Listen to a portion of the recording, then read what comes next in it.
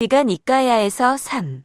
빠띠까 장에서 24. 빠띠까 경에서 1. 순낙하따 관련 이야기의 내용을 구글 노트북 LM AI에게 양심 분석을 시켰다. 질문. 며칠 전 니차위족 순낙하따가 나에게 와서 절하고 한쪽으로 물러앉아 이렇게 말했다. 이제 저는 붓다를 따르지 않겠습니다. 이제 더는 당신에게 헌신하며 살지 않겠습니다.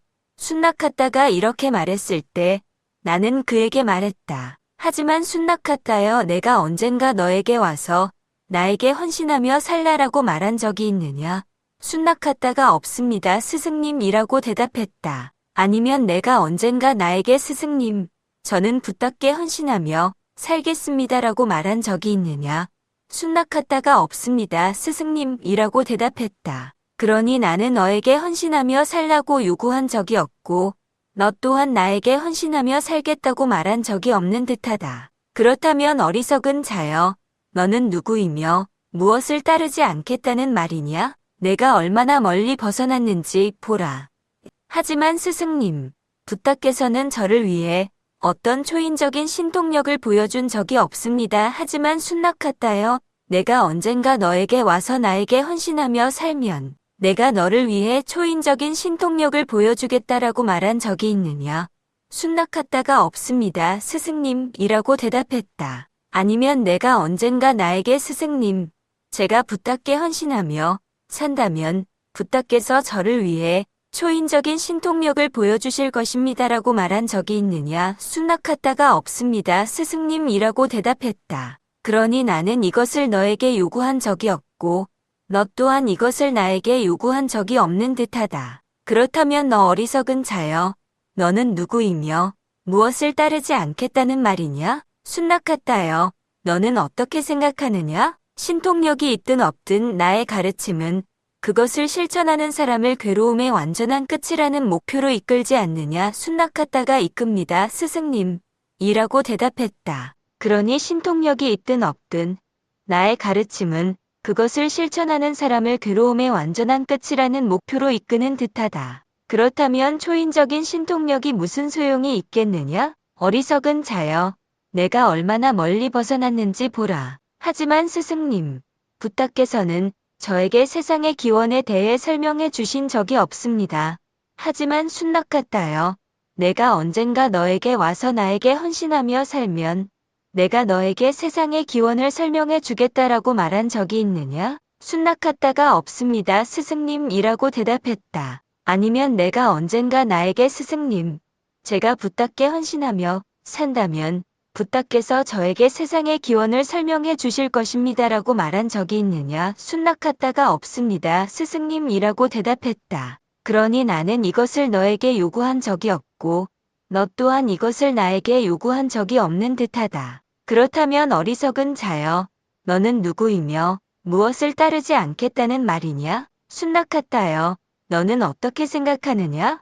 세상의 기원이 설명되든 설명되지 않든 나의 가르침은 그것을 실천하는 사람을 괴로움의 완전한 끝이라는 목표로 이끌지 않느냐? 순낙하따가 이끕니다, 스승님. 이라고 대답했다. 그러니 세상의 기원이 설명되든 설명되지 않든 나의 가르침은 그것을 실천하는 사람을 괴로움의 완전한 끝이라는 목표로 이끄는 듯하다. 그렇다면 세상의 기원을 설명하는 것이 무슨 소용이 있겠느냐? 어리석은 자여, 내가 얼마나 멀리 벗어났는지 보라. 순낙하따여, 나는 너에게 이것을 알려준다. 순낙하따는 수행자 곧다마 아래에서 깨달음을 따르는 삶을 영위할 수 없었다고 말하는 사람들이 있을 것이다. 그래서 그는 수행을 포기하고 더 낮은 삶으로 돌아갔다고 그들이 그렇게 말할 것이다. 비록 내가 순낙하따에게 이렇게 말했지만 그는 마치 지옥으로 가는 고속도로에 있는 사람처럼이 가르침과 수행을 떠나버렸다. 위에 부처님 말씀을 양심의 원리로 분석해줘.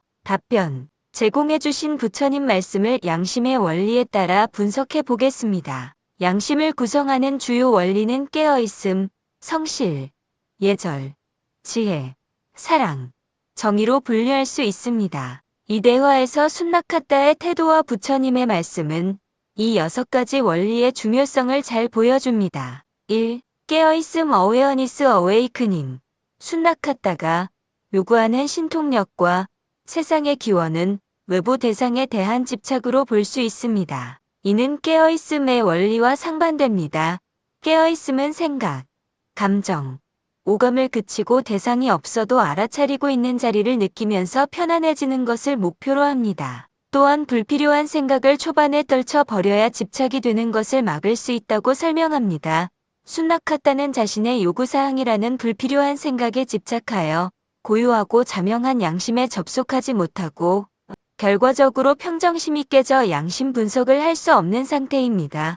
부처님의 마음에 걱정이 없고 마음이 흔들리지 않고 또 선악이라는 분별을 버리고 깨어있는 사람에게 두려움은 없다는 말씀처럼 순낙하다는 신통력과 세상의 기원에 대한 욕구로 인해 평정심을 잃은 상태입니다. 2. 성실 딜리전스 신세리티. 순낙하다는 자신의 요구가 충족되지 않자 가르침과 수행을 떠나버렸습니다. 이는 성실함의 부족을 나타냅니다. 성실은 꾸준히 최선을 다해 양심을 구현하려는 노력과 정성을 강조합니다. 순낙하다가 신통력이나 세상의 기원 같은 망상에 빠진 것은 부처님의 가르침을 성실하게 수행하지 않았음을 보여줍니다. 3. 예절 프로프라이어티 커터시. 순낙하다의 요구는 부처님의 가르침의 상황과 목적에 비추어 볼 때 적절하지 않았습니다. 예절은 상황을 수용하고 생각 말 행동이 상황에 적절한가를 중요시하며 이를 통해 주위 사람들과의 조화를 유지할 수 있다고 말합니다. 순낙하다는 부처님의 가르침과 관련이 없는 요구를 하며 가르침의 맥락을 벗어났고 이는 스승과 제자 간의 조화로운 관계를 해치는 태도입니다. 그는 특정 생각 신통력, 세상의 기원에 집착하여 시야가 좁아진 상태였습니다. 4. 지혜 위즈덤. 순낙하다는 부처님에게 초인적인 신통력과 세상의 기원에 대한 설명을 요구하며 이것이 충족되지 않자 가르침을 떠나겠다고 말합니다. 이는 지혜의 부족을 명확히 보여줍니다. 순낙하다는 부처님의 가르침의 진정한 목표가 괴로움의 완전한 끝에 이르는 것임에도 불구하고 신통력이나 지적인 호기심에 집착하여 부처님 가르침의 목표를 잊어버리는 어리석음에 빠져 있습니다. 지혜는 선입견이나 편견 또는 욕심 없이 자명한 것만 옳다고 인정하는 것을 강조하지만 순낙하다는 자신의 욕심에 의해 판단력이 흐려진 상태입니다. 유일한 선은 알미고 유일한 악은 무지이다라는 소크라테스의 명언처럼 순낙하다는 가르침의 목표에 대한 무지로 인해 올바른 판단을 내리지 못하고 있습니다. 부처님은 순낙하다에게 어리석은 자여 내가 얼마나 멀리 벗어났는지 보라 고 말씀하시며 가르침의 본질 괴로움의 완전한 끝을 간파하지 못하는 그의 분별력 부족을 지적합니다.